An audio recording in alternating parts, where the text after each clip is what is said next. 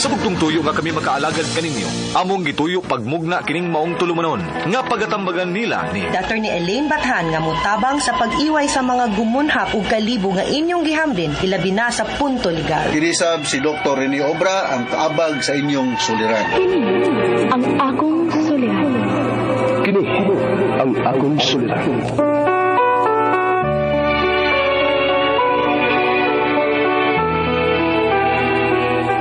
Sa atong pagkaymugso ng kalibutan, gikaluhaan at ang daan sa atong suliran.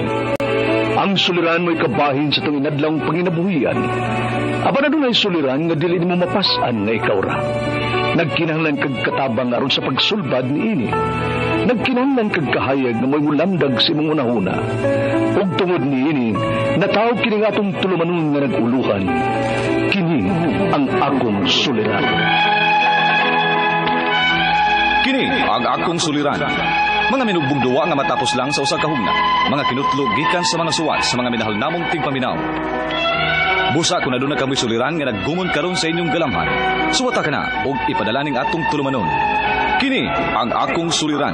Aron kabuhatan ka na og duwa sa kahanginan ug pagatambagan sa mga bulawanong hunahuna. Kini ang akong suliran. Kini ang akong suliran.